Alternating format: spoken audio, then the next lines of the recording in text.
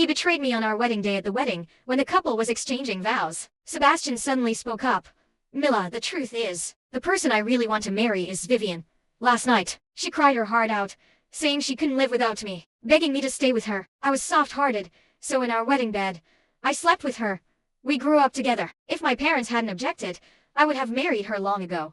We can continue with the wedding, but I want to transfer all our joint assets to Vivian's name. You're lucky you have wealth and a family that loves you. But Vivian has nothing. She only has me. Even if I marry you, I can't abandon her.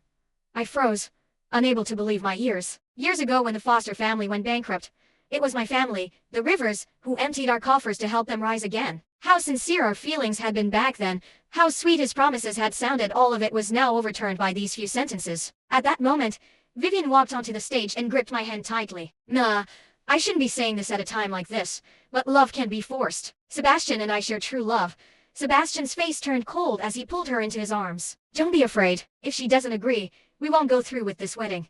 I laughed bitterly in my rage. What a coincidence. Last night, someone also told me they couldn't live without me and begged me not to get married. Sebastian glanced at me and laughed mockingly. Mila, don't make such pathetic jokes. You're not the type to cheat. He was right, I didn't cheat in the end. But my loyalty to my partner now made me look like a complete fool. I stared daggers at Vivian Foster. She was Sebastian's adopted sister. At this moment, leaning against Sebastian, she looked fragile and pitiful. Once upon a time, I'd also thought she was pitiful. Bang! I hurled my bouquet into Vivian's face. Petals scattered everywhere, and her face was scratched, leaving visible marks. Sebastian's expression instantly turned dark and terrifying. Mila Rivers, what the hell is wrong with you? I laughed a laugh that sounded like crying. Vivian, haven't I been good enough to you? You wanted a limited edition bag, so I cancelled my work and flew to Paris to buy it for you. You said you wanted to study acting, so I spent money networking for you, drinking until I had a bleeding stomach.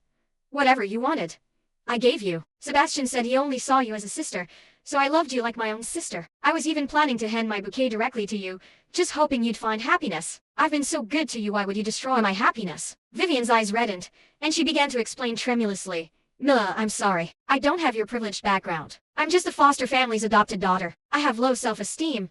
I'm oversensitive. I didn't know Sebastian felt this way about me. She dropped to her knees with a thud and began slapping herself. Not until you two were about to get married did I have the courage to live for myself once. If you want to blame someone, blame me. Don't blame Sebastian, he's innocent. Sebastian scooped her up in his arms and glared at me furiously. Apologize to her, Mila. I want you to post an apology to her on social media by tomorrow. She did something wrong, why should I apologize? A sour feeling surged up my throat in waves. Only then did I realize I could barely stand.